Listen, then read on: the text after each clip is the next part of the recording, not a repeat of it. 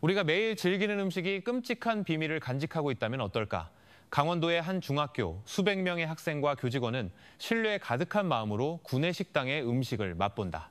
구수한 간장 양념 냄새는 마치 가족의 저녁 식탁으로 우리를 데려가는 듯하다. 하지만 그 밥 한 숟갈 뒤에 도시 전체를 뒤흔들 어두운 미스터리가 숨겨져 있을 줄 누가 알았을까? 이것은 강원도에서 벌어진 비밀을 가득 품은 구내식당 음식을 둘러싼 끔찍한 미스터리의 실화이다. 일장 산울의 가을과 찜닭 냄새. 2023년 9월 말 강원도 산울, 가을의 문턱에서 태백산맥의 서늘한 바람이 불어왔다. 단풍으로 물든 나무숲이 산울중학교 교정을 황금빛으로 덮었고 오후에 햇살 아래 반짝였다. 산비탈에서 불어오는 건조한 흙냄새가 낡아서 빛바랜 녹색 페인트가 벗겨진 교실 창문 틈으로 스며들었다. 학교 마당 한쪽에 소박한 급식실 건물이 서 있었다. 낡은 나무 식탁 몇 개가 겨우 들어갈 정도로 작은 공간이었지만 모든 학생에게 그곳은 학교의 심장과도 같았다.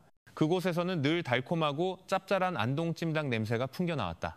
간장, 계피, 정향이 어우러진 그 독특한 향기는 늦더위가 가시지 않은 오후의 공기를 꿰뚫었고 수업 종료벨이 울리자마자 아이들을 그곳으로 달려가게 만들었다. 그 급식실 주방에는 그곳만큼이나 독특한 인물, 최선희 여사님이 있었다.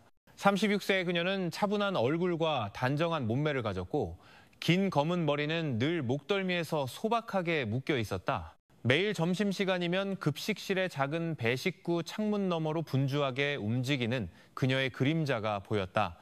그녀의 능숙한 손은 따뜻한 흰쌀밥을 퍼담고 진한 갈색의 찜닭 국물을 끼얹었다. 일하면서도 그녀의 입가에는 부드러운 목소리가 떠나지 않았다. 많이 먹어라, 그래야 건강하지. 그 말은 아이들을 집에서 엄마의 인사를 받는 것처럼 활짝 웃게 했다. 거의 모든 학생이 최 여사님을 학교의 두 번째 어머니처럼 여기는 것은 당연했다. 선생님들조차 종종 그녀의 요리를 칭찬했다. 최 여사님 찜닭은 뭔가 달라요. 고향에 계신 어머니의 손맛이 생각난다니까요. 교장 선생님이 어느 날 점심 따뜻한 밥 한 그릇을 비우며 말했다. 하지만 늘 상냥해 보이는 그녀에게는 몇몇 사람들을 궁금하게 만드는 무언가가 있었다. 그녀는 자신에 대해 거의 이야기하지 않았다. 사람들은 그녀가 몇 년 전 안동에서 이곳 산울로 이사 와서 좁은 골목의 작은 원룸에서 혼자 산다는 것만 알았다. 오래전 교통사고로 아들을 잃었다는 소문도 있었다. 그 후로 그녀는 과거를 닫고 홀로 살아가며 모든 감정을 자신이 만드는 요리에 쏟아붓는 것 같았다. 학생들에게 그 이야기는 그저 어렴풋한 속삭임일 뿐 진실은 알 수 없었다. 그들이 아는 것은 최 여사님의 찜닭이 식판에 담길 때마다 하루 종일 공부하느라 쌓인 피로가 눈 녹듯 사라진다는 사실뿐이었다. 그들에게 찜닭은 단순한 음식이 아니라 학교 급식실의 작은 창문 너머에서 늘 미소 짓는 그녀와 마음을 이어주는 따뜻함이었다. 그러나 그 부드러운 미소 뒤에 최 여사님이 마음속에 진정으로 무엇을 품고 있는지 아는 사람은 아무도 없었다. 2장, 검은 비닐봉지와 조용한 의심. 매일 오전 11시 산울중학교 급식실에서 풍겨나오는 찜닭 냄새가 학교 마당 전체로 퍼져나갔다. 학생들은 배식대 앞에 줄을 서며 차례를 기다렸다. 진한 갈색의 달콤한 간장 국물은 지나가는 누구든 유혹했다. 부드러운 닭고기는 입안에서 쉽게 으스러졌고 은은한 계피 향과 어우러져 강렬한 풍미를 냈다. 여사님, 국물 좀 더 주세요. 한 학생이 식판을 내밀며 외쳤다. 최 여사님은 부드럽게 미소 지으며 능숙한 손길로 찜닭 국물을 퍼주었다. 그리고 다정한 말투로 말했다. 많이 먹고 공부 열심히 해야지. 아이들은 마치 집에서처럼 보살핌받는 느낌에 기분 좋게 웃었다. 그들에게 최 여사님의 찜닭은 단순한 음식이 아니었다. 그것은 하루 종일 공부에 지친 마음을 달래주는 따뜻함이었다. 하지만 그 모든 칭찬 뒤에서 작은 속삭임들이 들리기 시작했다. 몇몇 학부모들은 최 여사님이 그 많은 닭고기를 대체 어디서 구하는지 의아해했다. 산울의 작은 시장은 매일 아침 붐볐지만 그곳에서 그녀가 장을 보는 것을 본 사람은 거의 없었다. 이상하네. 학교 앞 분식집 사장인 강 씨 아주머니가 속삭였다. 나도 시장에 자주 가는데 최 여사님이 닭고기 사는 건 한 번도 못 봤어. 그런 불안감은 국어교사인 김민준 선생님도 느끼고 있었다. 그는 중년의 차분한 남자로 세세한 부분을 관찰하는 데 익숙했다. 어느 날 아침 평소보다 일찍 출근했을 때 그는 등골이 오싹해지는 광경을 목격했다. 멀리서 최 여사님이 낡은 손수레를 끌고 급식실로 향하고 있었다. 그 위에는 고무줄로 단단히 묶인 커다란 검은 비닐봉지가 놓여 있었다. 봉지는 꽤 무거워 보였고 최 여사님은 그것을 주방으로 옮기기 전에 긴 숨을 내쉬어야 했다. 시계는 새벽 5시를 갓 넘기고 있었다. 거리는 한적했고 멀리 성당에서 울리는 새벽 종소리만이 골목에 울려 퍼졌다. 이 새벽에 어디서 장을 봐온담. 김 선생님은 속으로 중얼거렸다. 그 순간부터 그의 머릿속은 의문으로 가득 찼다. 만약 고정된 납품업체가 있다면 왜 아무도 그를 본 적이 없는가? 왜 모든 것이 그토록 단단히 묶인 검은 비닐봉지 안에서 은밀하게 이루어져야 하는가? 그의 의심은 우연히 2학년 학생인 이수진의 일기장을 보게 되면서 더욱 깊어졌다. 수진이는 자신이 본 모든 것을 적는 습관이 있었다. 그중 한 페이지에는 이렇게 쓰여 있었다. 오늘 아침 옷이 넘어 최 여사님이 또 손수레를 끌고 가는 걸 봤다. 이상한 냄새가 났다. 보통 닭고기 냄새랑은 달랐다. 하지만 애들은 모두 여사님 찜닭을 좋아한다. 난 잘 모르겠다. 김 선생님은 마른 침을 삼켰다. 수진이는 꾸며내는 아이가 아니었다. 그 일기는 그의 생각을 더욱 불안하게 만드는 퍼즐 조각이 되었다. 한편 최 여사님은 평소와 똑같이 행동했다. 그녀는 다정한 사람으로 알려져 있었고 형편이 어려운 아이들에게는 음식을 더 많이 주곤 했다.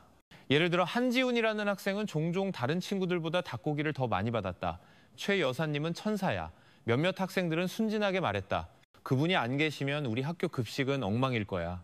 김 선생님은 그 말을 복잡한 심정으로 들었다. 그 역시 최 여사님의 친절함을 느꼈지만 새벽에 검은 비닐봉지 그림자가 계속해서 그를 괴롭혔다. 어느 날 오후 모든 학생이 하교한 후 김 선생님은 일부러 급식실 뒤편을 지나갔다. 반쯤 열린 주방 창문 틈으로 최 여사님이 커다란 찜통 앞에 서 있는 것이 보였다. 그녀의 입술이 천천히 움직였다. 마치 누군가에게 말하는 것 같았다. 지훈아, 많이 먹어라. 말썽 피우지 말고. 김 선생님은 숨을 죽였다. 주방은 텅 비어 있었고 그곳에는 최 여사님뿐이었다. 하지만 그는 분명히 그 속삭임을 들었다. 그가 다가가려던 순간 최 여사님이 갑자기 고개를 돌렸다. 그녀의 시선은 텅 비어 있었고 마치 공간을 꿰뚫어 보는 듯 깊었다. 순간 김 선생님은 등줄기를 타고 오르는 한기를 느꼈다. 그는 천천히 뒤로 물러서며 직접 마주치지 않기로 했다. 하지만 마음속으로 그는 무언가 잘못되었다는 것을 알았다. 그동안 학교의 자랑으로 여겨졌던 찜닭 뒤에 숨겨진 비밀이 있었다. 그리고 그날 이후로 많은 사람에게 그토록 맛있는 찜닭 냄새를 맡을 때마다 김 선생님은 오히려 목을 찌르는 쓴맛을 느꼈다. 3장. 평범한 소년 한지훈. 산울중학교에서 한지훈이라는 이름은 종종 동정 어린 어조로 언급되었다. 14살의 그 소년은 말이 없고 조용했지만 예의 바르고 성실했으며 선생님이나 친구의 부탁을 거절하는 법이 없었다. 머리는 늘 짧게 깎았고 햇볕 아래서 뛰어노는데 익숙한 시골 아이 특유의 까무잡잡한 피부를 가졌다. 지훈이는 어머니와 함께 작은 골목에 있는 낡은 빌라에서 살았다. 아버지가 병으로 돌아가신 후 어머니는 학교 앞에서 작은 분식집을 열어 생계를 꾸렸다. 어머니는 분식집의 작은 창 너머로 아들이 학교 정문을 드나드는 모습을 매일 지켜볼 수 있었다. 그 가게는 선생님이나 다른 학부모들의 쉼터가 되었다. 뜨거운 떡볶이 냄새와 갓 튀긴 튀김 냄새가 뒤섞였다. 어머니의 따뜻한 미소는 누구든 반겼지만 그 미소 뒤에는 늘 지훈이를 대학까지 보낼 수 있을까 하는 걱정이 숨어 있었다. 중학교에 입학한 후 지훈이는 어머니를 돕는 데 익숙해졌다. 오후에는 가게 앞을 쓸거나 그릇을 씻거나 이웃집에 작은 주문을 배달하기도 했다. 하지만 그가 점점 더 자주 가는 곳이 또 하나 있었다. 바로 학교 급식실이었다. 급식실의 최 여사님은 언제나 그의 도움의 손길을 반갑게 맞아주었다. 방과 후 지훈이는 종종 식탁을 정리하거나 식판을 닦거나 정수기 물통을 가는 모습이 보이곤 했다. 지훈이는 참 착한 아이예요.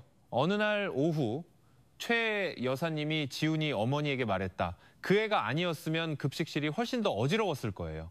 그 말을 듣고 어머니의 마음은 따뜻해졌다. 그녀는 최 여사님이 진심으로 자기 아들을 아낀다고 믿었다. 게다가 지훈이가 집에 돌아와 급식실에 대한 작은 이야기를 할 때마다 그 믿음은 더 커졌다. 엄마, 오늘 최 여사님이 찜닭을 더 많이 주셨어요. 지훈이는 순진한 미소로 말했다. 어머니는 고개를 끄덕였지만 마음 한편으로는 왜 최 여사님이 다른 학생들보다 지훈이에게 그토록 신경을 쓰는지 궁금했다. 지훈이에게는 늘 붙어 다니는 두 가지 물건이 있었다. 어머니가 생일 선물로 준 작은 코끼리 그림이 그려진 파란 손수건과 몇 년 전 아팠을 때 받은 빨간 실팔찌였다. 지훈이에게 그 두 물건은 단순한 장신구가 아니라 사랑의 증표였다. 그는 거의 매일 교복 주머니에 그 손수건을 넣고 다녔고 빨간 팔찌는 손목에 차고 있었다. 같은 반 친구인 수진이가 한 번은 호기심에 물었다. 넌 왜 그 손수건을 항상 가지고 다녀? 엄마 생각하려고. 지훈이는 짧게 대답했다. 그 단순한 대답에 수진이는 잠시 말을 잃었다. 그 안에는 말로 표현되지 않은 더 깊은 무언가가 있는 것 같았다. 지훈이는 반에서 가장 공부를 잘하는 학생은 아니었지만 성적은 늘 괜찮은 편이었다. 선생님들은 그의 예의 바르고 튀지 않는 태도를 좋아했다. 국어교사인 김민준 선생님은 종종 그를 불러 칠판을 정리하거나 책을 옮기는 것을 돕게 했다. 김 선생님 눈에 비친 지훈이의 모습에는 오래전 세상을 떠난 자신의 남동생을 떠올리게 하는 굳건함이 있었다. 아마 그래서 그는 지훈이와 최 여사님의 가까운 관계에 더 민감했는지도 모른다. 어느 날 오후 학교벨이 울린 후 김 선생님은 지훈이가 아직 급식실에 있는 것을 보았다. 아이는 주방 한쪽에서 식판을 쌓고 있었고 최 여사님은 남은 찜닭을 젓고 있었다. 밖에서 보면 그 모습은 함께 일하는 엄마와 아들처럼 보였다. 따뜻함이 있었지만 동시에 설명하기 어려운 무언가도 있었다. 김 선생님은 한참을 바라보다가 숨을 내쉬었다. 지훈이는 착한 아이야. 그는 생각했다. 그런데 왜 저렇게 최 여사님과 가까이 있는 걸 보면 마음이 편치 않은 걸까? 지훈이와 최 여사님의 관계는 날이 갈수록 깊어졌다. 한 번은 지훈이가 급식실 일을 돕느라 늦게 귀가한 적이 있었다. 어머니는 화를 냈지만 아들의 이유를 듣고는 분노가 가라앉았다. 최 여사님 돕는 건 괜찮지만 밤늦게 돌아오지는 마라. 엄마가 걱정하잖니. 지훈이는 조용히 고개를 끄덕였다. 그의 눈에는 약간의 망설임이 있었지만 그는 최 여사님을 가족처럼 느꼈다. 그래서 그는 밤에 최 여사님을 급식실에 혼자 두기가 어려웠다. 어느 날 밤 지훈이는 수진이에게 급식실 주방 분위기에 대해 이야기했다. 이 수진아, 최 여사님은 가끔 혼잣말을 해. 마치 누구랑 대화하는 것처럼 난 인사를 해야 할지 조용히 있어야 할지 모르겠어. 무섭다, 야. 수진이는 눈을 동그랗게 뜨며 대답했다. 하지만 나한테는 잘해주시니까 멀리하기가 좀 그래. 수진이는 지훈이를 한참 바라보다가 그 이야기를 일기장에 적었다. 그녀는 무언가 이상하다고 느꼈지만 어른들에게 어떻게 말해야 할지 아직 알지 못했다.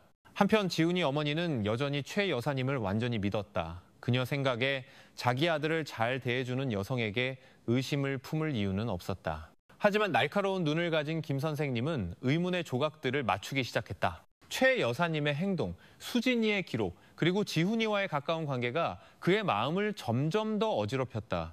그 사이 지훈이는 평범한 하루하루를 보냈다. 학교에 가고 어머니를 돕고 그리고 최 여사님을 도왔다. 그 일상은 지극히 평범해 보였다. 하지만 아무도 몰랐다. 그 작은 발걸음들이 그를 서서히 훗날 산울시 전체를 뒤흔들 운명으로 이끌고 있었다는 것을. 4장, 사라진 아이. 2023년 9월 25일 산울의 하늘은 부드러운 주황빛으로 물들었다. 오후 4시부터 태백산맥에서 불어온 서늘한 공기가 학교 마당으로 들어와 낮에 내린 비가 남긴 젖은 흙냄새를 실어 날랐다. 학생들은 하나둘씩 산울 중학교를 떠났다. 일부는 부모님의 차를 기다렸고 일부는 걸어서 언덕길을 내려갔다. 급식실은 조용해지기 시작했다. 작은 주방에서는 식판과 그릇이 부딪히는 소리만 들려왔다. 지훈이는 여전히 그 안에 있었다. 평소처럼 그는 최 여사님을 도와 식판과 컵을 정리하고 있었다. 그의 손은 능숙했고 이마에 땀방울이 맺혔지만 표정은 진지했다. 고맙다, 아가. 최 여사님이 그의 어깨를 두드리며 말했다. 지훈이는 작게 미소 짓고는 일을 계속했다. 4시가 지날 무렵 최 여사님은 급식실 앞문을 닫았다. 순찰을 돌던 경비 아저씨에게 그녀는 말했다. 다 정리됐어요, 아저씨. 저 먼저 퇴근할게요. 아무도 이상하게 생각하지 않았다. 음식이 다 팔리면 급식실은 종종 일찍 문을 닫았다. 자신의 분식집에서 지훈이 어머니는 마지막 손님 2명을 상대하고 있었다. 그녀는 벽시계를 흘깃 보며 아침에 했던 말을 떠올렸다. 지훈아, 5시 반 넘어서 오지 마라. 그녀는 아들이고 문을 열고 나타날 것이라고 확신했다. 하지만 시간은 흘러 시계바늘은 6시를 지나 6시 반을 가리켰다. 가게 의자는 텅 비었고 지훈이의 그림자는 보이지 않았다. 불안감에 그녀는 가게를 일찍 닫았다. 서두르는 발걸음으로 그녀는 이미 어둑해진 학교 마당으로 들어갔다. 복도 불빛이 희미하게 켜져 벽에 긴 그림자를 만들었다. 지훈아, 지훈아 아들, 어디 있니? 그녀의 목소리는 텅 빈 공간에서 갈라져 울렸다. 그녀는 급식실 문을 두드려 보았다. 잠겨 있었다. 창문은 어두웠고 아무런 기척도 없었다. 숨이 가빠지기 시작했다. 그때 학교 경비원인 박 씨 아저씨가 손전등을 들고 다가왔다. 무슨 일이세요, 지훈이 어머님? 아저씨, 지훈이가 아직 집에 안 왔어요. 최 여사님 돕는다고 했는데 지금은 아무도 없네요. 박 씨 아저씨는 미간을 찌푸렸다. 최 여사님은 사실 좀 넘어서 나가는 걸 봤는데요. 그럼 지훈이도 같이 갔어야 했는데 같이 찾아봅시다. 그들은 복도, 교실, 뒤편 화장실까지 샅샅이 뒤졌다. 텅 비어 있었다. 낮의 소란을 대신한 밤벌레 소리가 지훈이 어머니의 부름을 공허하게 만들었다. 소식은 빠르게 퍼져나갔다. 지훈이의 같은 반 친구인 수진이가 이웃들이 떠드는 소리를 듣고 학교로 달려왔다. 창백한 얼굴로 그녀는 말했다. 아주머니, 오늘 오후에 지훈이가 설거지 좀 더 돕고 간다고 했어요. 그 후로는 못 봤어요. 지훈이 어머니는 거의 쓰러질 뻔했다. 세상에, 내 아들. 그녀의 울음이 터져 나왔다. 동네 주민들이 손전등과 비상등을 들고 모여들기 시작했다. 그들은 운동장, 체육관 창고, 학교 뒤뜰까지 샅샅이 뒤졌다. 교사 회의를 마치고 막 나오던 김민준 선생님도 합류했다. 지훈이 어머니의 눈물 젖은 얼굴을 보자 그의 가슴이 철렁 내려앉았다. 지훈이는 순한 아이입니다. 말없이 어딜 갈래가 아니에요. 그는 단호하게 말했다. 하지만 마음속으로는 새벽에 보았던 검은 비닐봉지, 주방에서 지훈이의 이름을 부르던 최 여사님의 속삭임이 그를 괴롭혔다. 모든 것이 풀리지 않은 퍼즐처럼 맴돌았다. 밤은 깊어져 시계는 9시를 가리켰다. 수색 범위는 학교 주변의 작은 골목들까지 확대되었다. 결과는 여전히 마찬가지였다. 지훈이의 신발 자국도, 그가 늘 가지고 다니던 파란 손수건도 없었다. 수십 번 이름을 외쳐도 대답은 들려오지 않았다. 이제는 어두워진 분식집에서 지훈이 어머니는 주저앉아 있었다. 눈은 퉁퉁 부었고 입술은 소리 없이 떨렸다. 우리 아들은 이런 적이 없는데 항상 제 시간에 왔는데. 김 선생님은 옆에 서 있었다. 두려움과 분노가 뒤섞인 감정이었다. 그는 최 여사님에 대한 의심을 털어놓고 싶었지만 혀가 굳어버린 듯했다. 그는 그저 빨리 경찰에 신고해야 합니다. 시간을 낭비할 수 없어요 라고 말할 수 있을 뿐이었다. 그날 밤 산울의 분위기는 무겁게 가라앉았다. 거리는 조용했지만 학교와 마을 주변에서는 수십 명의 주민들이 손전등과 횃불을 들고 어두운 골목을 헤매며 흔적도 없이 사라진 중학교 2학년 아이의 이름을 부르고 있었다. 지훈이는 평범해야 할 해질녘에 사라졌다.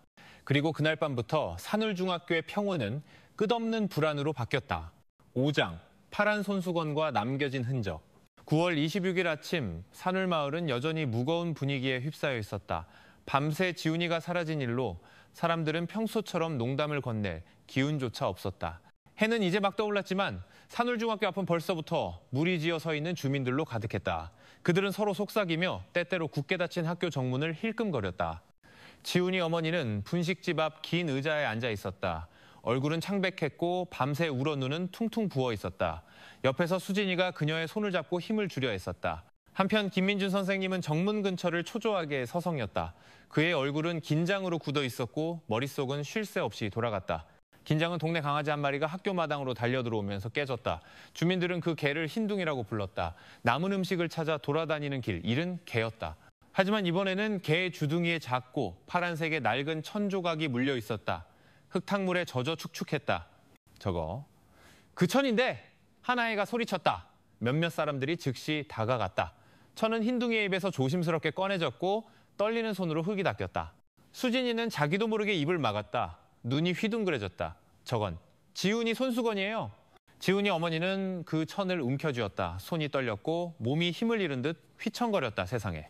이건 내 아들 거야. 얘는 이걸 어디든 가지고 다녔는데. 그녀의 목소리는 갈라졌고 눈물이 다시 쏟아져 내렸다. 김 선생님은 굳은 채 서 있었다. 그 손수건은 지훈이가 어젯밤 이후 정말로 집에 돌아오지 않았다는 명백한 증거였다.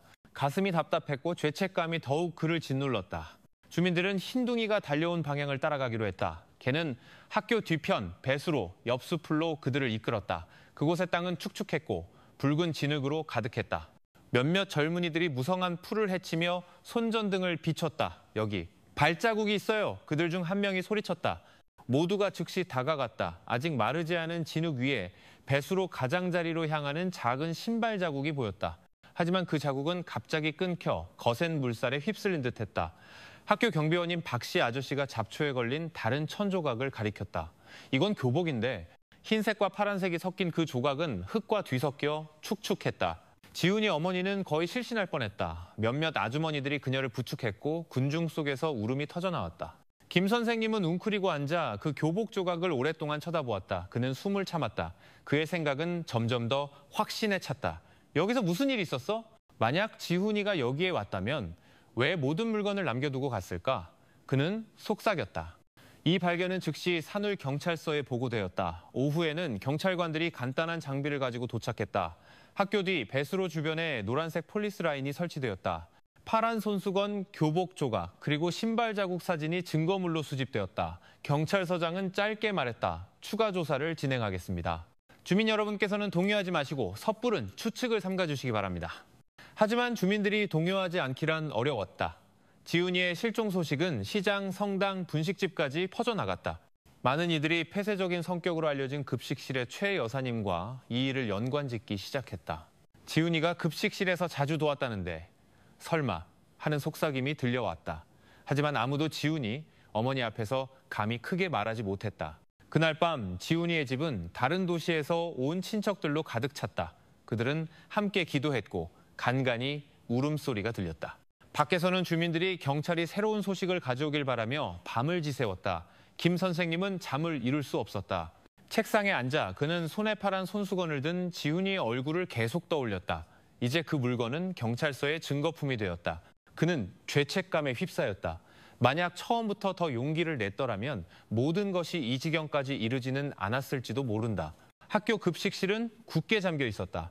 주방에는 여전히 커다란 찜통이 남아 있었지만 아무도 감히 가까이 가지 못했다. 주민들에게 한때 웃음으로 가득했던 그 급식실은 이제 두려운 장소로 변해 있었다. 밤은 깊어지고 멀리서 개 짖는 소리가 들렸다.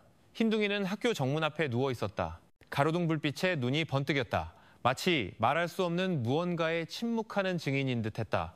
그리고 그 고요함 뒤에 한 가지 질문이 공중에 맴돌았다. 학교 뒤편의 흔적은 과연 진실로 이어질까? 아니면 더 어두운 미스터리의 장막을 들추게 될까?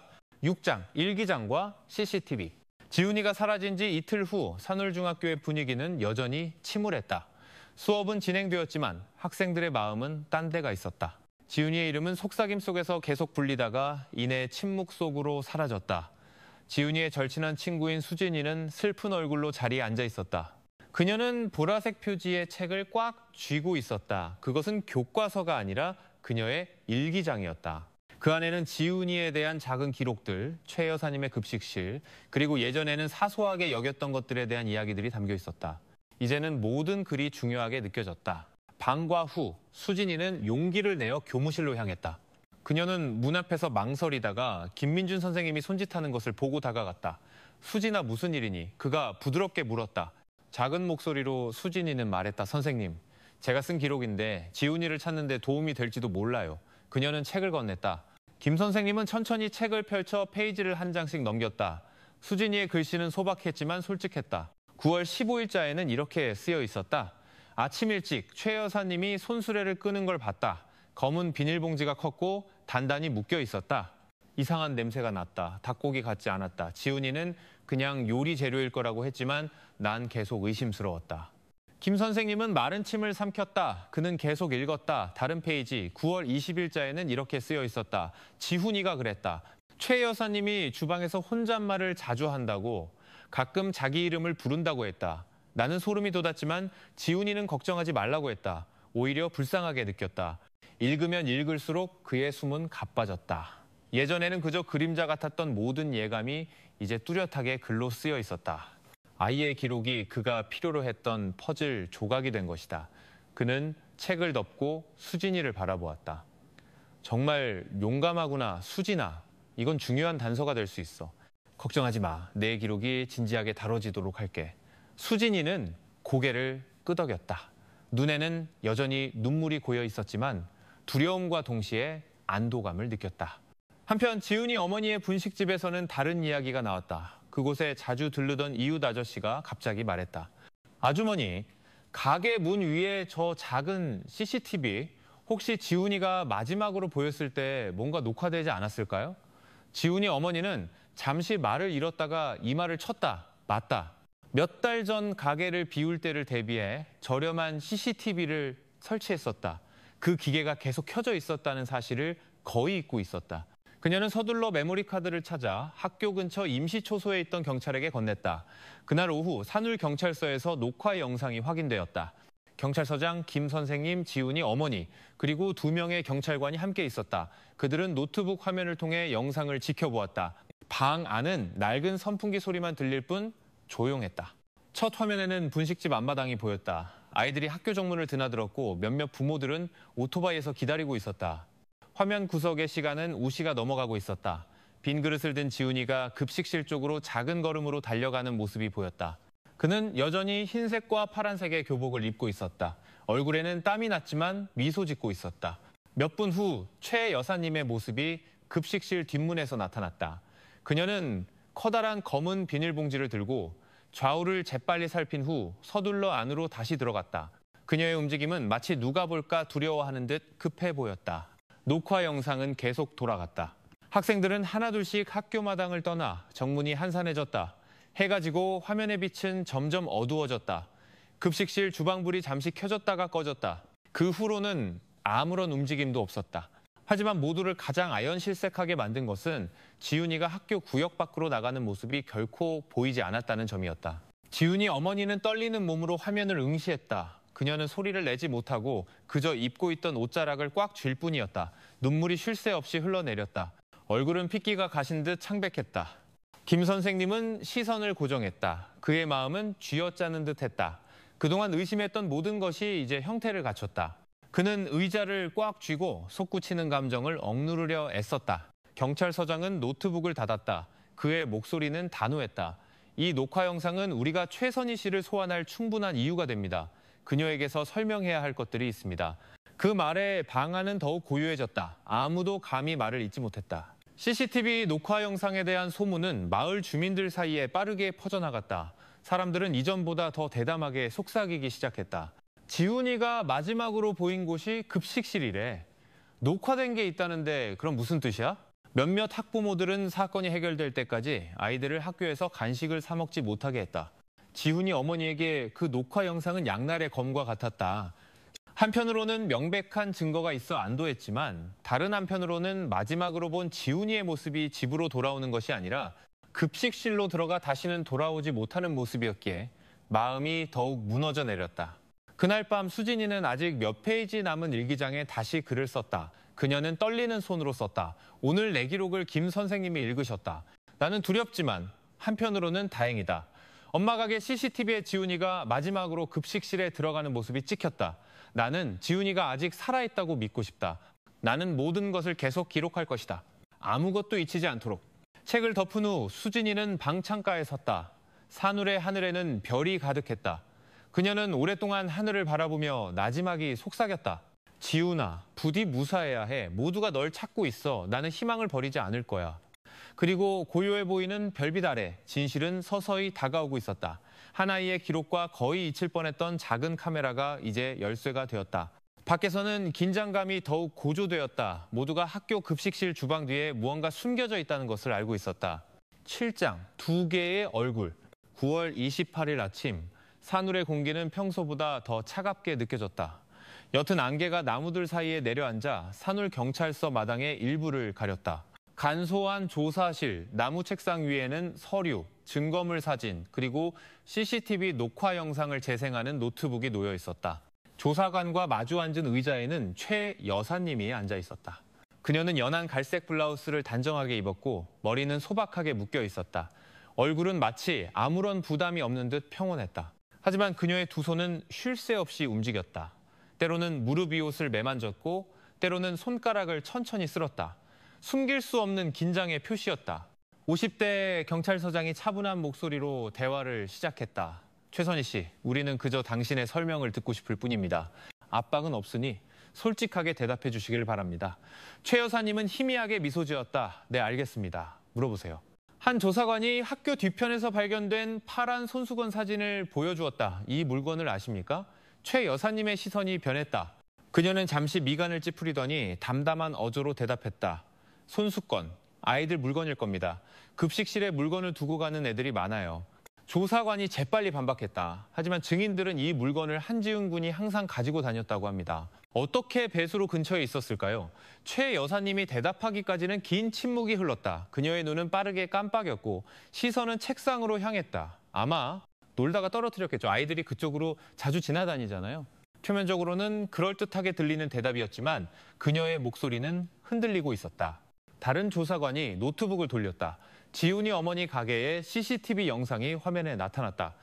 지훈이가 작은 그릇을 들고 급식실로 달려 들어가는 모습, 그리고 몇 분 후 최 여사님이 커다란 검은 비닐봉지를 들고 나왔다가 그 후로 지훈이는 다시 보이지 않는 장면이 재생되었다. 최 여사님. 조사관의 목소리는 차분했지만 단호했다. 지훈이가 급식실에 들어갔는데 왜 나오는 모습은 보이지 않는지 설명해 주십시오. 최 여사님은 오랫동안 화면을 응시했다. 숨이 가빠지는 것이 보였다. 마침내 그녀는 말했다. 지훈이는 아마 뒷문으로 나갔을 겁니다. 그 카메라는 모든 방향을 비추지 않잖아요. 경찰서장이 책상을 한번 두드렸다. 하지만 증인들은 그날 오후 당신이 문을 잠갔다고 합니다. 만약 지훈이가 나갔다면 누군가 봤어야 합니다. 왜 아무도 그를 보지 못했을까요? 최 여사님은 고개를 숙였다. 손가락이 서로 얽혔다. 얼굴은 긴장으로 굳어 있었다. 제가 문을 잠근 건 맞아요. 하지만 지훈이는 제가 잠그기 전에 이미 갔어요. 그 말에 조사실은 고요해졌다. 조사관들은 서로를 쳐다보았다. 그녀의 대답은 모순적이었다. 방금 전에는 지훈이가 뒷문으로 나갔을지도 모른다고 했다가 이제는 문을 잠그기 전에 이미 갔다고 확신했다. 참고인으로 앉아있던 김 선생님은 심장이 세차게 뛰는 것을 느꼈다. 그는 최 여사님을 오랫동안 응시하며 그녀의 말 뒤에 숨겨진 진실을 찾으려 했다. 그의 눈에 비친 최 여사님은 마치 두 개의 얼굴을 가진 사람 같았다. 다정하고 사랑이 넘치는 미소가 있었지만 동시에 낯설고 예측할 수 없는 섬광도 있었다. 그 방에 있던 지훈이 어머니는 아무 말도 할 수 없었다. 눈에는 눈물이 고였지만 이번에는 이전처럼 크게 울지 않았다. 그녀는 그저 고개를 숙이고 창백한 얼굴로 옷자락을 꽉 쥐고 있었다. CCTV 영상이 재생될 때마다 그녀의 몸은 미세하게 떨렸다. 마치 그녀의 마음이 그 현실을 받아들일 수 없는 듯했다. 조사관은 질문을 계속했다. 최 여사님, 지훈이와는 어떤 관계였습니까? 최 여사님의 목소리는 거의 속삭임처럼 부드럽게 변했다. 착한 아이였어요. 저를 잘 도와줬죠, 가끔. 네, 제 아들을 보는 것 같았어요. 방하는 순간 고요해졌다. 모두가 최 여사님이 몇 년 전 사고로 아들을 잃었다는 사실을 알고 있었다. 그 말은 솔직하게 들렸지만 동시에 두려웠다. 경찰서장이 다시 단호하게 말했다. 당신의 과거는 이해합니다. 하지만 지금 사라진 것은 지훈입니다. 다시 한번 묻겠습니다. 9월 25일 오후 지훈이는 건강한 상태로 급식실을 나갔습니까? 최 여사님의 눈에 눈물이 고였다. 그녀는 똑바로 쳐다보며 대답했다. 네, 나갔어요. 어디로 갔는지는 몰라요. 그녀의 입술은 떨렸고 목소리는 쉬어 있었다. 하지만 그 순간 그녀의 얼굴에 다시 미소가 나타났다. 희미하고 딱딱하며 이상하게 느껴지는 미소였다. 그 모순적인 태도는 그곳에 있던 모든 사람을 불편하게 만들었다. 조사관은 그녀의 불안정한 태도와 계속 바뀌는 대답을 기록했다. 때로는 사랑이 넘치는 어머니 같았지만 다음 순간에는 표정이 차갑게 변했다. 1시간이 넘은 후 경찰서장은 서류철을 덮었다. 좋습니다, 최 여사님. 일단 오늘은 이만하겠습니다. 하지만 산후를 떠나지 마시고 언제든 다시 부를 수 있도록 준비해 주십시오. 최 여사님은 천천히 일어섰다. 겉으로는 차분해 보였지만 김 선생님은 그녀가 걸어 나갈 때 어깨가 떨리는 것을 보았다. 울음을 참는 것인지 아니면 마음속 깊이 무언가를 숨기고 있기 때문인지 알 수 없었다. 조사실 문이 열리자 밖에서 기다리던 주민들의 속삭이는 소리가 즉시 들려왔다. 의심의 눈초리가 있었고 어떤 이들은 외면했다. 최 여사님은 고개를 숙이고 군중을 빠르게 지나쳐 큰 길 너머로 사라졌다. 함께 있던 수진이는 어머니의 손을 꽉 쥐었다. 희미한 목소리로 그녀는 말했다. 엄마, 방금 최 여사님 얼굴 2개 같았어. 어쩔 땐 부드러운데 갑자기 무서워져. 지훈이 어머니는 그저 고개를 끄덕일 뿐 입술은 떨렸다. 그녀는 감히 많은 말을 할 수 없었다. 그날 이후로 최 여사님은 더 이상 평범한 급식실 직원으로 보이지 않았다. 주민들 눈에 그녀는 2개의 얼굴을 가진 미스터리한 인물로 변했다. 하나는 따뜻함으로 가득하고 다른 하나는 어두운 그림자를 품고 있었다. 그리고 모두가 기다리는 진실은 여전히 그녀의 침묵 뒤에 굳게 잠겨 있었다. 팔짱, 실험실 결과와 무너진 신뢰. 9월 30일 산울마을의 공기는 평소보다 더 무겁게 느껴졌다. 하늘은 맑았지만 주민들의 마음은 어두웠다. 아이들의 목소리로 시끄러워야 할 산울중학교는 이제 조용했다. 정문은 잠겨 있었고 급식실은 나무 판자로 허술하게 막혀 있었다. 몇몇 학부모들은 교문 밖에 서서 아이들이 하교하기를 기다렸다. 더 이상 아이들을 학교에 혼자 두려워하지 않았다. 한때 즐거움의 중심이었던 급식실은 이제 그림자를 드리운 텅 빈 건물처럼 보였다. 한편 산울경찰서는 긴장감으로 가득했다. 며칠 전 국립과학수사연구원 국과수로 보냈던 증거물 분석 결과가 담긴 두꺼운 서류 봉투를 막 받아온 참이었다. 파란 손수건, 흰색과 파란색의 교복 조각, 그리고 검은 비닐봉지에 남은 얼룩의 잔해가 마침내 정밀 검사를 마쳤다. 그날 오후 경찰서장은 몇몇 주민 대표들을 불러 초기 결과를 듣게 했다. 교사로서 김민준 선생님, 가족 대표로 지훈이 어머니, 그리고 몇몇 동네 어른들이 참석했다. 그들은 낡은 녹색 페인트가 칠해진 작은 회의실에 앉았다. 낡은 선풍기가 천천히 삐걱거리며 긴장된 분위기를 더하는 듯했다. 경찰서장은 서류 봉투를 열고 방 안의 사람들을 둘러본 후 무거운 어조로 말했다. 여러분, 이것은 국과수의 공식적인 결과입니다. 모두 침착하게 들어주시길 바랍니다. 지훈이 어머니는 구석 의자에 앉아 있었다. 얼굴은 창백했고 이전처럼 울지 않았다. 그저 무릎 위에 작은 가방을 꽉 쥐고 있었다. 눈은 텅 비어 있었고 마치 최악의 소식을 받아들일 준비를 하는 듯 책상을 응시했다.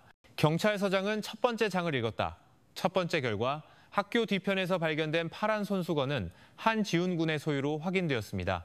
지문이 일치했으며 실의 성분 또한 피해자의 개인 물품과 동일합니다.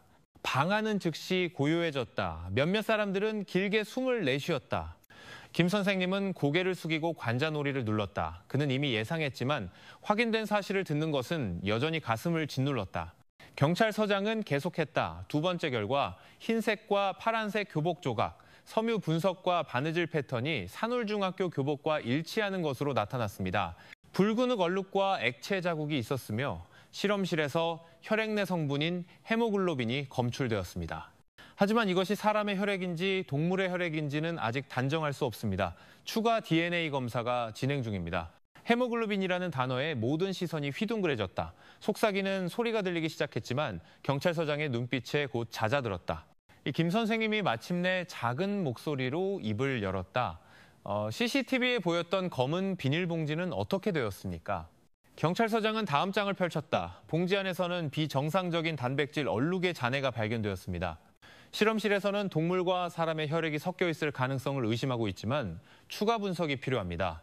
잠정적인 결과에 따르면 최소한 일반적인 식재료에서 나오지 않은 생물학적 흔적이 있었습니다.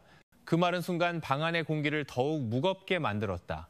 지훈이 어머니는 두 손으로 얼굴을 가렸다. 몸이 떨렸다. 그녀는 소리를 내지 않고 조용히 흐느낄 뿐이었다. 옆에 앉은 한 아주머니가 그녀의 어깨를 잡고 위로하려 했다. 경찰서장은 단호하게 서류철을 덮었다. 이것이 잠정적인 결과입니다. 아직 DNA 검사를 기다리고 있지만 이 발견들이 심각한 무언가를 가리키고 있다는 것은 분명합니다. 주민 여러분께서는 인내심을 갖고 헛소문을 퍼뜨리지 말아주시길 바랍니다. 하지만 늘 그렇듯 소문은 막을 수 없었다. 경찰서를 나오자마자 수군거림이 퍼지기 시작했다. 시장에서는 사람들이 검은 비닐봉지의 혈흔에 대해 속삭였다. 작은 골목에서 아이들은 부모들이 논쟁하는 것을 들었다. 일부는 최 여사님이 관련되었다고 확신했고 일부는 여전히 믿기를 거부했다. 분식집에서의 대화는 단 하나, 실험실 결과뿐이었다. 그날 밤 주민들은 동네 회관에 모였다. 작은 강당은 사람들로 가득 찼다. 목소리가 뒤섞여 소란스러웠다. 한 아저씨가 높은 목소리로 말했다. 증거가 명백한데 왜 경찰은 아직 최 여사님을 체포하지 않은 겁니까? 다른 아주머니가 반박했다. 하지만 아직 누구의 피인지 확실하지 않잖아요. 괜한 사람 잡는 것일 수도 있어요. 논쟁은 점점 격해졌다. 누군가는 책상을 세게 두드렸고 누군가는 일어서서 손가락질했다. 두려움과 분노가 뒤섞여 분위기를 통제하기 어렵게 만들었다. 김 선생님은 앞에 서서 진정시키려 애썼다. 여러분, 제발 우리 모두 걱정되는 마음은 같지만 감정이 이성을 가리게 해서는 안 됩니다. 실험실 결과는 아직 초기 단계입니다. DNA 검사 결과가 나올 때까지 기다려야 합니다. 분위기는 약간 가라앉았지만 주민들의 신뢰가 무너지기 시작했다는 것은 분명했다. 한때 공동체의 상징이었던 학교 급식실은 이제 두려움의 근원이 되었다. 아이들은 밤에 학교 근처 길을 지나가는 것조차 거부했다. 집에서 수진이는 다시 일기장을 펼쳤다. 떨리는 손으로 그녀는 썼다. 오늘 실험실 결과가 발표되었다. 모두가 공포에 질려 있다. 그들은 비닐봉지에 혈흔이 있었다고 말했다. 그 말을 듣는 것이 두려웠지만 나는 아직 지훈이가 돌아올 것이라는 희망을 버리지 않았다. 아무도 잊지 않도록 나는 계속 쓸 것이다. 한편 지훈이 어머니는 방에 홀로 앉아 있었다. 그녀는 흰색과 파란색 교복을 입고 미소 짓는 지훈이의 사진을 바라보았다. 이번에는 눈물이 없었다. 그저 마음이 무너진 어머니의 지친 얼굴뿐이었다. 거의 들리지 않는 목소리로 그녀는 속삭였다. 아들아, 무슨 일이 있든 엄마는 계속 널 기다릴 거야. 산울의 밤은 더 차갑게 느껴졌다. 태백산맥에서 불어온 바람이 뼈를 애는 듯한 한기를 몰고 왔다. 개 짖는 소리가 서로 응답하듯 울려 퍼졌다. 모든 주민들은 실험실 결과가 시작일 뿐이라는 것을 알았다. 진짜 진실은 여전히 굳게 잠긴 급식실 문 뒤에 숨겨져 있었다. 구장, 급식실, 지하의 비밀. 10월 2일 산울의 하늘은 밤새 내린 폭우 끝에 여전히 흐렸다. 아침 공기는 축축했고 산울중학교 마당의 붉은 흙은 미끄러운 진흙으로 변했다. 그날 아침 학교는 최소한의 수업만 진행하고 아이들을 즉시 귀가시켰다.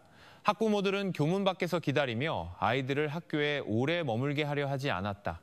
한때 활기의 중심이었던 급식실은 이제 나무 판자로 굳게 닫혀 있었다. 정문 앞 분위기는 평소와 달랐다. 경찰차가 멈춰서고 몇몇 경찰관들이 내렸다. 경찰서장이 직접 왔고 국가수에서 온 2명의 감식반원도 함께였다. 주민들은 교문 밖에 모여들어 무슨 일이 벌어질지 지켜보려 애썼다. 모든 시선은 잠긴 급식실로 향했다. 경찰서장은 이전에 압수한 쇠 열쇠를 받았다. 한 번의 회전으로 급식실 문이 열렸다. 길고 삐걱거리는 소리가 울려 퍼져 몇몇 주민들의 등골을 오싹하게 만들었다. 문이 밀리자 퀴퀴한 공기와 오래된 기름 냄새가 섞여 코를 찔렀다. 급식실 안은 고요했다. 나무 식탁은 먼지가 쌓여 있었고 커다란 찜통은 구석에 넘어져 있었다. 하지만 주방 한쪽 구석에 의심스러운 것이 있었다. 몇 개의 낡은 자루가 쌓여 바닥을 가리고 있었다. 한 감식반원이 조심스럽게 그것들을 치우자 기름때와 먼지로 덮여 거의 보이지 않던 작은 나무 문이 드러났다. 서장님, 여기 아래로 가는 문이 있습니다. 감식반원이 말했다. 분위기는 갑자기 소란스러워졌다. 밖에서는 주민들의 속삭임이 들렸다. 동행한 김 선생님은 가슴이 답답해지는 것을 느꼈다. 그는 이 급식실에 수십 번 들어왔지만 비밀문이 있다는 것은 이제야 알았다. 경찰서장은 신호를 보냈다. 나무 문이 조심스럽게 열리자 바닥 아래에 작은 저장 공간이 드러났다. 축축한 냄새와 형언할 수 없는 악취가 즉시 터져나왔다. 손전등으로 감식반원은 좁은 공간을 샅샅이 뒤졌다. 안에서 그들은 여러 개의 텅 빈 검은 비닐봉지를 발견했다. 하지만 봉지에는 여전히 마른 갈색 얼룩의 잔해가 남아 있었다. 표면에 그을음 자국이 있는 낡고 녹슨 냄비도 있었다. 마치 급하게 사용된 후 버려진 듯했다. 경찰서장은 굳은 얼굴로 그 물건들을 응시했다. 이 모든 것을 압수해. 장갑 없이는 아무것도 만지지 마. 경찰관들은 즉시 비닐봉지와 낡은 냄비를 들어올려 특수 용기에 넣었다. 교문 밖 주민들의 목소리는 더욱 커졌다. 몇몇은 소리쳤다. 봐, 숨긴 게 있었잖아. 경찰은 평온을 유지하려 애썼다. 경찰서장은 군중을 향해 돌아섰다. 여러분 진정하십시오. 이것은 단지 추가 증거물일 뿐입니다. 아직 아무것도 결론 내릴 수 없습니다. 하지만 그의 말은 억측의 흐름을 막을 수 없었다. 한 아주머니가 이웃에게 속삭였다. 내가 최 여사님이 아침 일찍 검은 봉지 들고 가는 거 봤다고 했잖아. 아마 여기에 뒀나 봐. 다른 아저씨가 반박했다. 저 공간이 깨끗하다면 왜 굳이 닫아뒀겠어? 분명 비밀이 있는 거야. 김 선생님은 주방 문턱에 서서 어두운 지하실을 바라보았다. 그의 감정은 복잡하게 뒤섞였다. 그는 이곳에서 점심을 먹으며 웃던 제자들의 모습을 기억했다. 따뜻한 밥과 소박한 반찬의 냄새, 이제 같은 장소가 미스터리의 그림자로 가득 찼다. 한편 수진이는 작은 일기장을 꽉 쥐고 서 있었다. 손은 떨렸지만 그녀는 빠르게 기록을 남겼다. 오늘 경찰이 급식실 아래에서 비밀 공간을 발견했다. 낡은 검은 봉지들과 냄비가 있었다. 모두가 흥분했다. 일부는 두려워하고 일부는 화를 냈다. 나는 무엇을 믿어야 할지 모르겠지만 진실이 점점 가까워지고 있다는 느낌이 든다. 모든 증거물이 수집된 후 경찰서장은 나무 문을 다시 닫기로 결정했다. 이것들을 실험실로 가져가겠습니다. 확실한 결과가 나오기 전까지는 헛소문을 퍼뜨리지 말아주십시오. 하지만 그날 밤 동네 회관은 다시 사람들로 가득 찼다. 이전 밤처럼 소란스럽지는 않았지만 더 긴장감이 흘렀다. 주민들은 둘로 나뉘었다. 일부는 최 여사님을 즉시 체포해야 한다고 주장했고 일부는 두려움 때문에 침묵을 선택했다. 한 아저씨가 큰 소리로 말했다. 뭘 더 기다립니까? 비밀 공간이 있고 비닐봉지가 있고 그을린 냄비가 있는데 이게 명백한 증거 아닙니까? 한 젊은이가 망설이는 목소리로 반박했다. 하지만 아직 그 안에 뭐가 있었는지 모르잖아요. 괜히 사람 잘못 잡으면 안 되죠. 하지만 젊은이의 목소리는 묻혔다. 대다수의 주민들은 두려움과 분노 사이에 갇혀 있었다. 어떤 이들은 창백한 얼굴로 조용히 앉아 있었고 어떤 이들은 계속 속삭이며 염주를 쥐고 있었다. 또 어떤 이들은 가만히 앉아 있지 못하고 서성였다. 김 선생님은 다시 한번 서서 진정시키려 애썼지만 이번에는 그의 목소리가 소음 속에서 거의 들리지 않았다. 그는 주민들 눈에 비친 자신의 신뢰가 옅어지고 있다는 것을 깨닫기 시작했다. 그들은 더 이상 예전처럼 그의 조언을 듣지 않았다. 그는 무거운 발걸음으로 집으로 돌아가며 마을의 평온을 지키지 못했다는 실패감을 느꼈다. 지훈이 어머니의 집, 그녀는 멍하니 앉아 있었다. 얼굴은 창백했고 몸은 지쳐 있었다. 그녀는 더 이상 크게 울지 않았다. 눈물은 마른 듯했다. 그녀는 그저 미소 짓는 지훈이의 사진을 바라보며 말없는 그림에서 힘을 얻으려는 듯했다. 입술이 조용히 떨렸다. 아들아, 이 모든 것이 빨리 끝나기만 한다면. 산울의 밤은 평소보다 더 차갑게 느껴졌다. 태백산맥에서 불어온 바람이 창문 틈으로 스며들어 젖은 흙냄새를 실어날랐다. 개 짖는 소리가 서로 응답하며 불안한 느낌을 더했다. 주민들은 비밀 공간의 발견이 시작일 뿐이라는 것을 알았다. 아직 더 큰 무언가가 그 급식실 주방 뒤에 숨어 있었다. 곧 온 마을을 상상조차 할 수 없었던 쓰라린 진실 속으로 끌고 갈 미스터리가 10장, 두 번째 희생자. 10월 5일 산울은 아침부터 폭우가 쏟아졌다. 길은 미끄러웠고 물줄기는 마른 나무 잎을 배수로로 실어날라 반복적인 소리를 냈다. 하지만 산울 경찰서의 분위기는 그날 날씨보다 훨씬 더 뜨거웠다. 국과수에서 온 최종 DNA 검사 결과가 마침내 도착했다. 두꺼운 갈색 서류 봉투가 경찰서장의 책상 위에 놓여 있었고 굳은 얼굴의 두 경찰관이 지키고 있었다. 경찰서장은 등을 곧게 펴고 앉아 서류 봉투 표지를 천천히 두드렸다. 마치 용기를 모으는 듯했다. 우리가 기다리던 결과군. 그는 자신에게 더 가까운 목소리로 나지막이 말했다. 방 안의 모든 사람들은 이 소식이 모든 것을 바꿀 것이라는 것을 알고 있었다. 방 안은 긴장된 얼굴들로 가득했다. 김 선생님, 지훈이 어머니, 2명의 조사관, 그리고 몇몇 동네 어른들이 있었다. 낡은 선풍기가 방구석에서 삐걱거렸다. 평소에는 들리지 않던 소리가 이제 귀에 거슬릴 정도로 크게 느껴졌다. 경찰서장은 첫 번째 장을 펼쳤다. 첫 번째 결과 파란 손수건. DNA는 지훈이, 강지영 씨의 아들과 일치합니다. 지훈이 어머니는 두 손으로 얼굴을 가렸다. 몸이 떨렸다. 그녀는 이미 예상했지만 글로 쓰인 확인서를 듣는 것은 가슴을 무너뜨렸다. 경찰서장은 계속했다. 두 번째 결과, 흰색과 파란색 교복 조각, 섬유 바느질 패턴, 그리고 묻어있던 혈은 모두 지훈이의 것으로 확인되었습니다. 의심의 여지가 없습니다. 김 선생님은 고개를 숙였다. 손가락이 무릎을 꽉 쥐었다. 마음이 쥐어짜는 듯했다. 그가 아직 품고 있던 작은 희망이 이제는 꺼져버렸다. 하지만 다음 문장은 모두를 침묵하게 만들었다. 세 번째, 검은 비닐봉지와 낡은 냄비의 생물학적 얼룩은 혼합된 DNA를 보였습니다. 지훈이의 프로필과 일치하는 부분이 있었고 작년에 실종된 박동현이라는 이름의 3학년 학생과도 일치했습니다. 마치 방 안의 공기가 사라진 듯했다. 박동현이라는 이름은 거의 잊혀가던 오래된 상처였다.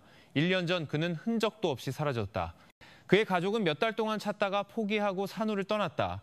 많은 이들이 그가 가출했다고 생각했고 일부는 다른 도시의 친척에게 갔다고 믿었다. 이제 그의 이름이 최 여사님의 급식실과 관련된 실험실 결과에서 다시 나타난 것이다. 지훈이 어머니는 큰 소리로 흐느꼈지만 단지 자기 아들 때문만은 아니었다. 그녀는 고개를 숙이고 속삭였다, 세상에. 지훈이뿐만이 아니었어. 한 동네 어른이 그녀의 어깨를 두드렸지만 그 자신의 얼굴도 창백했다. 경찰서장은 단호하게 서류철을 덮었다. 여러분, 이 결과는 학교 급식실에 심각한 일이 있었다는 의심을 강화합니다. 우리는 즉시 최선희 씨를 다시 소환하여 추가 조사를 진행할 것입니다. 주민 여러분께서는 동요하지 마시고 개인적으로 행동하지 말아주십시오. 하지만 이런 소식을 막는 것은 불가능했다. 그날 오후 소식은 온 마을로 퍼져나갔다. 박동현의 이름이 다시 사람들을 괴롭혔다. 예전에 침묵하던 사람들이 이제 큰 소리로 외쳤다. 시장에서 채소 장수들은 굳은 얼굴로 서로 속삭였다. 그럼 지훈이뿐만이 아니었네. 1년 전에도 희생자가 있었던 거야. 한 손님이 반박했다. 기억나. 동현이도 급식실에서 자주 간식을 사 먹었지. 설마. 그들의 목소리는 낮아졌지만 눈에는 두려움이 서려 있었다. 저녁 기도가 끝난 성당에서 몇몇 아주머니들은 울면서 기도했다. 그들은 자기 아이들의 이름을 하나씩 부르며 잃을까 두려워하는 듯했다. 신부님이 진정시켰다. 하느님께 맡깁시다. 분노가 이성을 가리지 않도록 합시다. 하지만 불안감은 사라지지 않는다는 것이 분명했다. 집집마다 문은 더 일찍 닫혔고 전기세가 아까워도 마당불은 켜졌다. 마을의 분위기는 갑자기 경계태세에 들어간 작은 도시처럼 변했다. 최 여사님의 원룸은 시선의 중심이 되었다. 창문 커튼은 항상 닫혀 있었고 집 안불빛은 희미하게 켜져 있었다. 누군가는 창가 의자에 조용히 앉아있는 여자의 그림자를 보았다고 했다. 몇 시간 동안 움직이지 않았다고. 아무 소리도 나오지 않았고 그저 등골을 오싹하게 만드는 고요한 뿐이었다. 그날 밤 몇몇 젊은이들이 최 여사님 집 앞 골목에 모였다. 담배가 하나씩 켜지고 축축한 공기 중에 연기가 피어올랐다. 그들은 화난 어조로 속삭였다. 경찰이 늦장 부리면 우리가 직접 나선다. 한 명이 높은 목소리로 말했다. 그 소식을 들은 김 선생님이 즉시 달려왔다. 그는 그들 앞에 섰다. 몸은 떨렸지만 눈은 단호했다. 안 돼! 사적 제재는 안 돼! 너희가 잘못된 행동을 하면 우리 모두가 그 결과를 감당해야 해. 한 젊은이가 굳은 턱으로 그를 쳐다보았다. 선생님, 우리도 자식 있고 동생이 있어요. 우리가 가만히 있으면 또 다른 희생자가 나올 수 있다고요. 김 선생님은 말을 잃었다. 그 말은 그의 가슴을 쳤다. 그는 그들의 두려움이 현실이라는 것을 알았지만 동시에 한 번의 경솔한 행동이 더 많은 생명을 파괴할 수 있다는 것도 알았다. 떨리는 목소리로 그는 그저 말할 수 있을 뿐이었다. 믿어줘. 법이 처리하게 놔두자. 하지만 그는 자신의 목소리가 더 이상 예전처럼 신뢰를 얻지 못한다는 것을 깨달았다. 누구에 대한 것이든 주민들의 신뢰는 이제 안전감의 붕괴와 함께 무너져 내렸다. 한편 작은 방에서 수진이는 창가에 앉아 있었다. 일기장은 책상 위에 놓여 있었지만 이번에는 그녀는 쓰지 않았다. 그저 창유리에 떨어지는 빗방울을 바라보며 그 거센 소리를 듣고 있었다. 마음속으로 그녀는 조용히 기도했다. 하느님, 지훈이를 지켜주세요. 이 진실이 모든 사람을 무너뜨리지 않게 해주세요. 그날 밤 산울은 무서운 분위기에 휩싸였다. 이슬비는 여전히 내렸고 차가운 바람이 모든 집 틈으로 스며들었다. 밖에서는 주민들의 속삭임이 울려 퍼졌다. 내일이면 최 여사님도 더는 발뺌하지 못할 거야. 11장 무너진 침묵. 10월 6일 아침 산울은 짙은 안개에 휩싸여 있었다. 밤새 내린 비의 잔해가 집 지붕에서 떨어졌고 미끄러운 길은 사람들이 더 조심스럽게 걷게 만들었다. 하지만 산울 경찰서에서는 경찰관들의 발걸음이 오히려 더 빨라졌다. 그날 최 여사님은 DNA 결과가 나온 후 두 번째 조사를 위해 다시 소환되었다. 주민들은 새벽부터 경찰서 담장 앞에 모여 있었다. 일부는 기도했고 일부는 굳은 얼굴로 기다렸다. 간소한 조사실 안 하얀 형광등 불빛이 차갑게 켜져 있었다. 한쪽 책상에는 경찰서장과 2명의 조사관이 DNA 결과 서류를 펼쳐놓고 앉아 있었다. 다른 쪽에서는 최 여사님이 느린 걸음으로 들어왔다. 그녀는 소박한 갈색 저고리를 입고 있었고 얼굴은 창백하고 지쳐 보였다. 늘 단정하던 머리는 헝클어져 있었다. 그녀는 입고 있던 옷자락을 반복해서 움켜쥐었다. 불안한 사람의 습관처럼. 경찰서장이 단호한 목소리로 대화를 시작했다. 최선희 씨, 실험실 결과는 명백합니다. 손수건, 교복, 심지어 검은 비닐봉지와 낡은 냄비의 얼룩까지 모든 것이 한지훈 군과 박동현 군과 관련이 있습니다. 당신은 현장에 있었습니다. 설명해 주십시오. 최 여사님은 고개를 숙이고 긴 숨을 내쉰 후 희미하게 말했다. 저는 그 아이들을 해칠 생각은 없었어요. 젊은 조사관이 재빨리 반박했다. 하지만 그들의 DNA가 당신의 주방에서 발견되었습니다. 어떻게 그럴 수 있습니까? 최 여사님은 입술을 깨물었다. 손가락이 나무 책상을 천천히 두드렸다. 그 작은 소리가 조용한 방 안에서 선명하게 들렸다. 지훈이는 저를 자주 도왔어요. 동현이도 그랬고요. 착한 아이들이었죠, 가끔. 넘어져서 다치면 제가 닦아주곤 했어요. 아마 그때 피가 묻었을지도. 그 대답은 허술하게 들렸다. 베테랑 조사관이 고개를 저었다. 최 여사님, 우리가 발견한 얼룩은 작은 상처에서 나온 게 아닙니다. 커다란 비닐봉지와 냄비에 묻어 있었습니다. 가벼운 긁힌 상처에서 나올 수 있는 게 아니에요. 최 여사님은 두 손으로 얼굴을 가렸다. 이번에는 바로 울지 않았지만 어깨가 들썩였다. 숨이 가빴다. 저는 이 모든 일이 일어나길 원치 않았어요. 그녀는 자신에게 말하듯 작게 중얼거렸다. 참고인으로 참석한 김 선생님은 목덜미가 서늘해지는 것을 느꼈다. 최 여사님의 말은 불분명했고 절반은 자백 같고 절반은 부인 같았다. 경찰서장이 몸을 앞으로 기울였다. 최 여사님, 우리는 변명을 찾는 게 아닙니다. 진실을 찾고 있습니다. 만약 무슨 일이 있었다면 지금 말하십시오. 침묵은 상황을 악화시킬 뿐입니다. 마침내 최 여사님의 눈에서 눈물이 떨어졌다. 그녀는 천천히 얼굴을 들었다. 눈은 붉고 축축했지만 그 안에는 다른 섬광이 있었다. 두려움과 절망이 뒤섞인 저는. 제 아들이 죽은 후에 너무 외로웠어요. 아무도 없었죠. 지훈이를 보고 동현이를 보면 제 아들 같았어요. 하지만 가끔 화가 났어요. 제 자신을 통제할 수 없었죠. 그 애들이 고집을 부리면 제가 이성을 잃었어요. 당 아는 순간 고요해졌다. 모두가 숨을 죽였다. 조사관이 차분한 목소리로 물었다. 어떻게 화가 났다는 겁니까? 최 여사님은 다시 고개를 숙였다. 목소리가 갈라졌다. 손이 옷자락을 긁어 실이 풀릴 정도였다. 저는 그냥 그 애들이 조용해지길 바랐어요. 너무 세게 그랬다는 걸 몰랐어요. 경찰서장이 그녀를 날카롭게 쳐다보았다. 그럼 폭력이 있었다는 것을 인정하는 겁니까? 최 여사님은 재빨리 고개를 저었다. 아니에요. 그럴 의도는 없었어요. 그냥 진정시키고 싶었을 뿐인데 모든 것이 엉망이 됐어요. 대답은 점점 더 모호해졌다. 부인과 자백 사이에서 오갔다. 그녀의 말은 금이 간 벽과 같았다. 완전히 무너지지는 않았지만 더 이상 견고하지 않다는 것은 분명했다. 김 선생님은 텅 빈 바닥을 응시했다. 그는 더 이상 아무 말도 할 수 없었다. 그의 마음은 분노와 연민 사이에서 요동쳤다. 그는 급식실에서 찜통을 옮기는 것을 도우며 웃던 지훈이의 미소를 떠올렸다. 이제는 단지 기억으로만 남은 미소. 경찰서장이 마침내 서류철을 단호하게 덮었다. 오늘 신문은 여기까지입니다. 최 여사님, 변호사 입회하에 공식적인 조사를 계속할 것입니다. 당신이 말한 모든 것은 기록될 것입니다. 최 여사님이 조사실 밖으로 끌려나갈 때 그녀의 얼굴은 텅 비어 있었다. 그녀는 느리게 걸었고 발걸음은 불안정했다.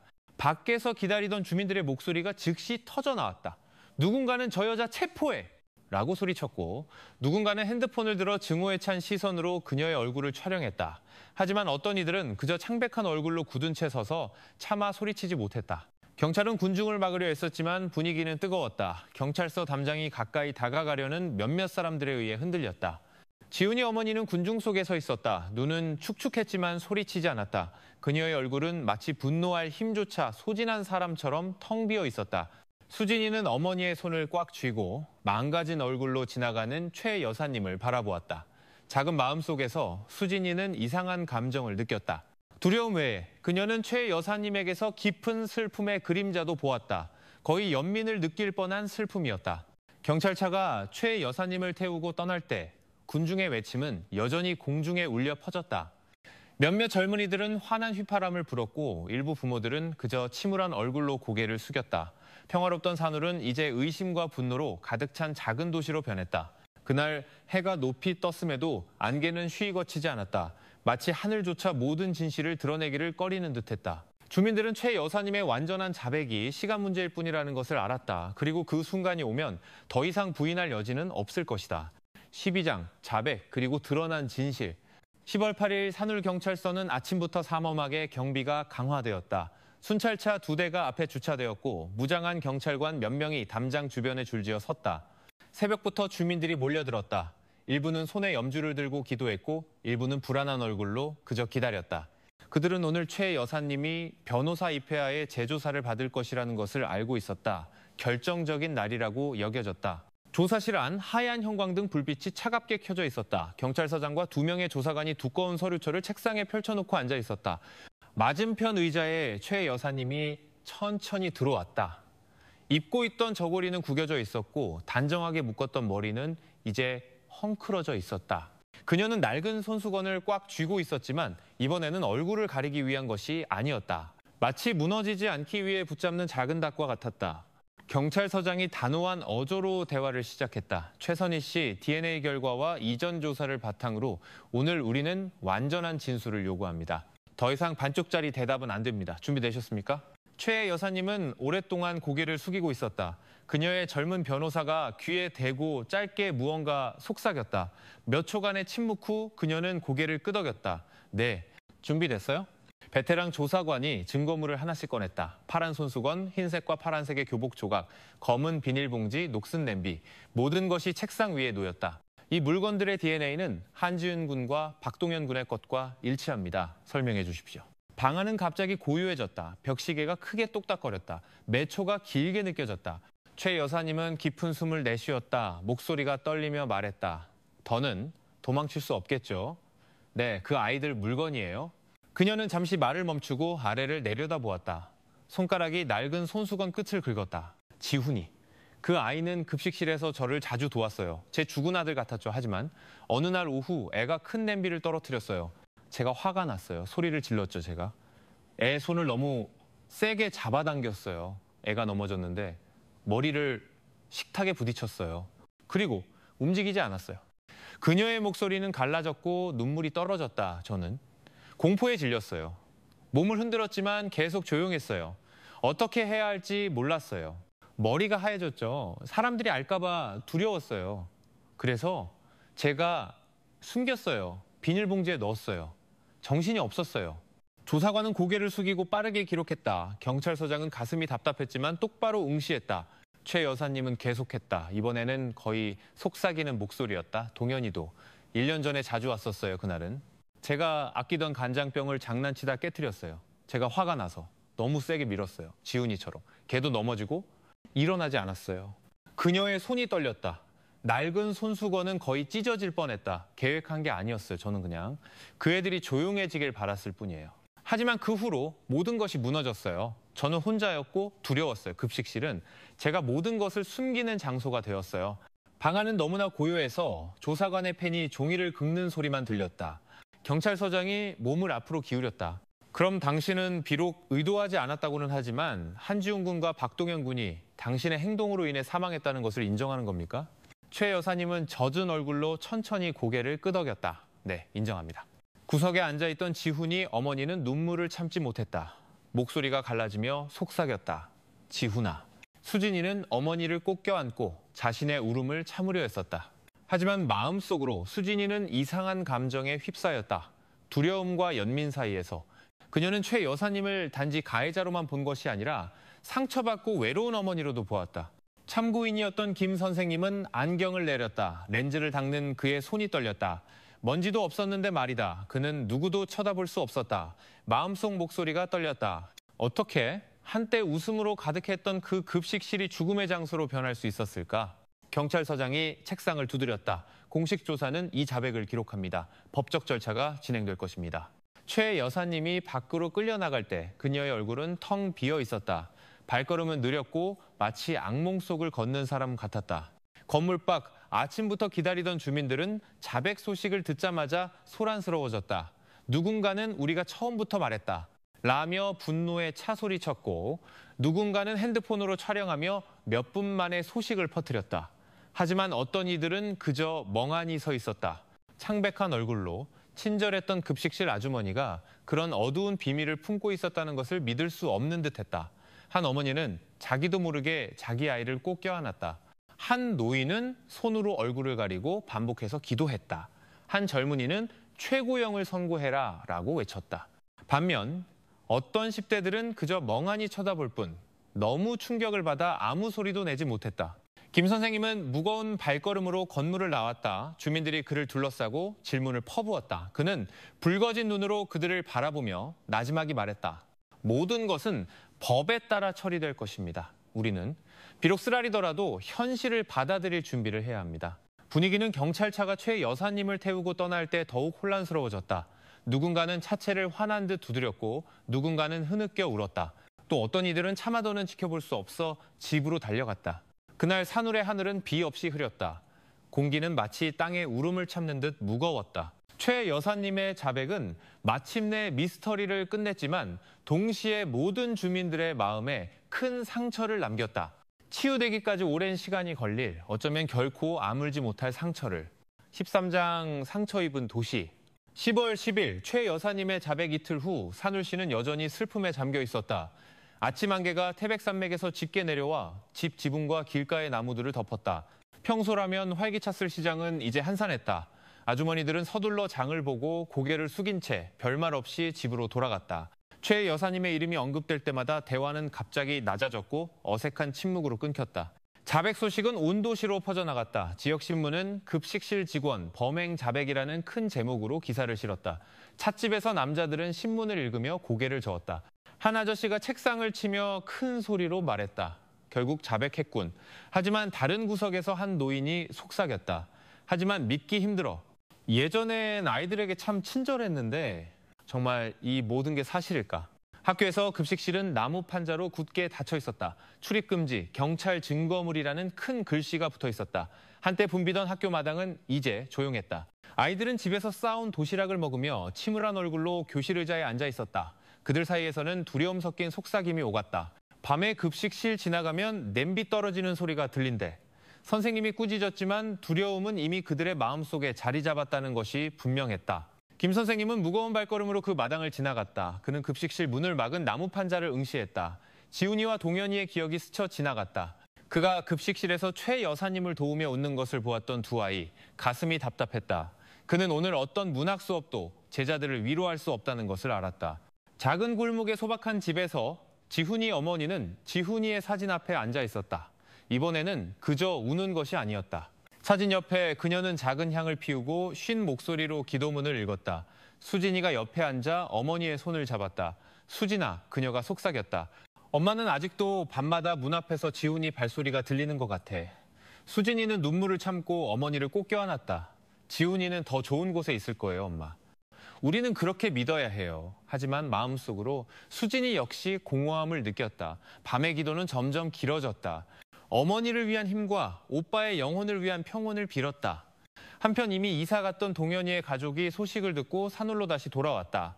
그들은 침울한 얼굴로 경찰서를 찾아 아들의 시신이 어디에 있는지 물었다.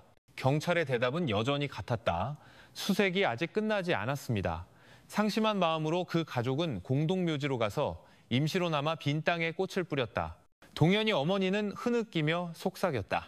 아들아, 아직 네 몸을 찾지 못했지만 엄마 아빠의 기도는 항상 너에게 닿을 거야. 마을 주민들은 갈라졌다. 대부분은 여전히 분노했다. 동네 회관에서 한 아저씨가 소리쳤다. 용서는 없다. 우리 아이들이 희생됐다고. 하지만 연민을 느끼기 시작한 사람들도 있었다. 한 아주머니가 조용히 대답했다. 나는 최 여사님 처음 왔을 때부터 알았어요. 말이 없고 거친 적이 없었죠. 아마 정말로 이성을 잃었던 게 아닐까요? 일부러 그런 게 아니라 그 논쟁은 분위기를 뜨겁게 만들었다. 어떤 이들은 더 빨리 집문을 닫고 대화에 끼어들지 않으려 했다. 어떤 이들은 여전히 모여 큰 소리로 이야기를 되풀이했다.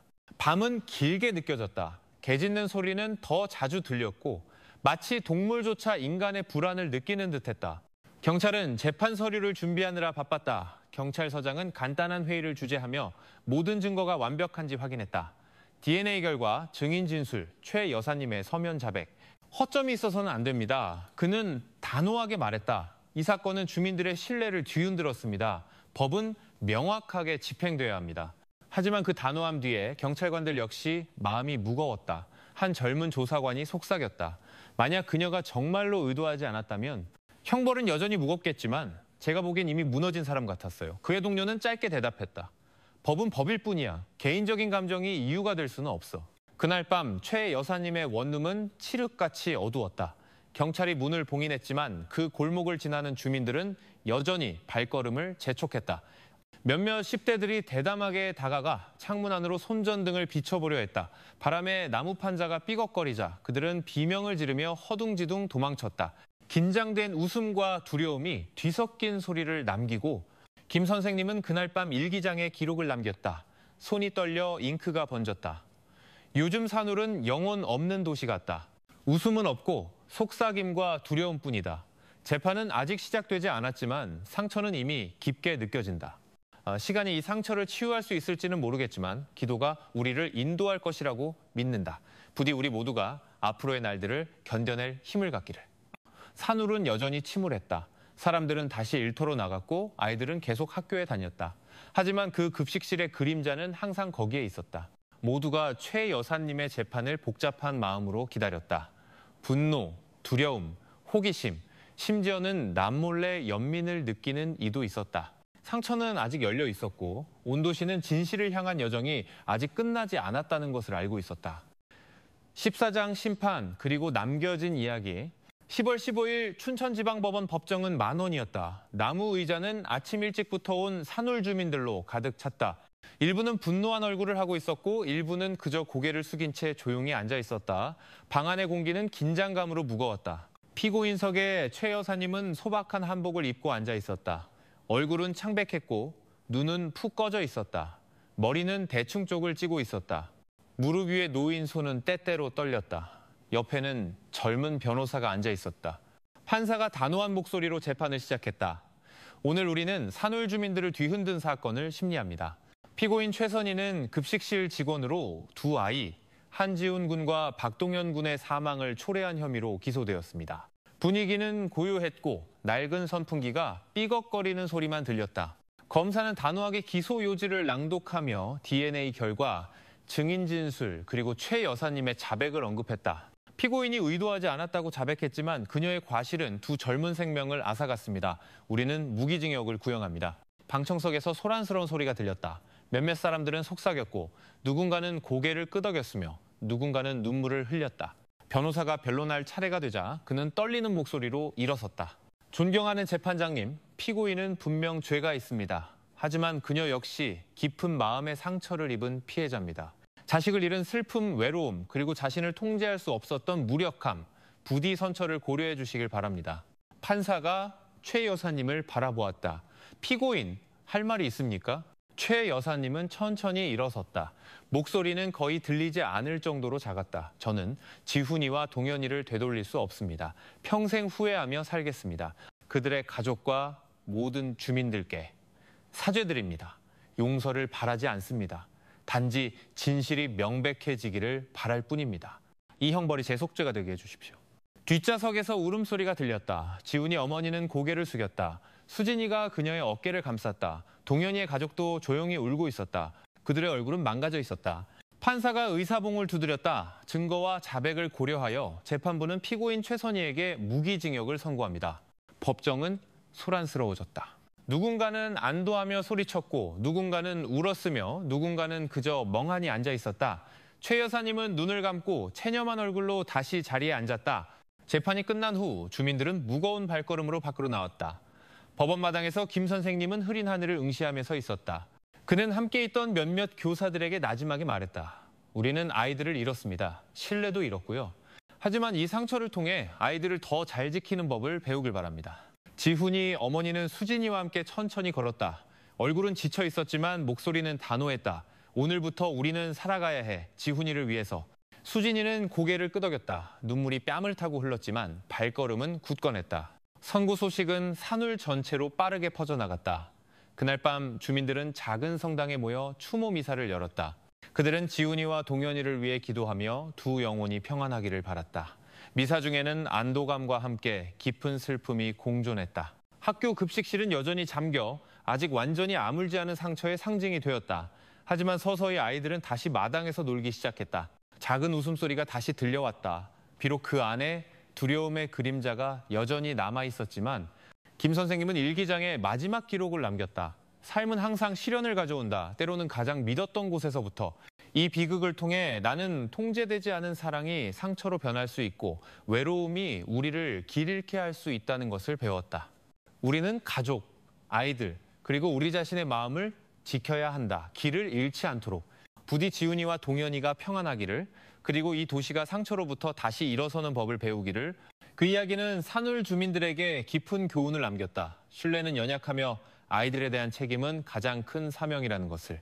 그리고 그날 밤 잿빛 하늘 아래 산울의 기도 소리는 저녁 종소리와 함께 올라갔다. 그 큰 상처가 언젠가는 아물 것이라는 희망을 품고 이 이야기에서 우리는 신뢰가 매우 소중하지만 동시에 연약하다는 것을 배웁니다. 아무리 안전해 보이는 곳이라도 예상치 못한 위험을 품고 있을 수 있습니다. 그러므로 우리는 항상 아이들을 세심한 주의로 지켜보고 그들의 말에 귀 기울이며 세상에 홀로 맞서게 두지 말아야 합니다. 우리 모두에게 외로운 마음이 상처로 변하지 않도록 합시다. 사회 속에서 서로에게 관심을 갖고 인사를 건네고 지지해주는 것이 비극을 막는 최선의 방법입니다. 이 이야기를 통해 우리 삶이 더 경계심을 갖추는 동시에 사랑으로 가득 차기를 바랍니다. 이 이야기에 감동하셨다면 댓글을 남겨 의견을 공유해 주시고 좋아요와 구독 버튼을 눌러주시는 것을 잊지 마세요. 다음 이야기에서도 함께할 수 있도록.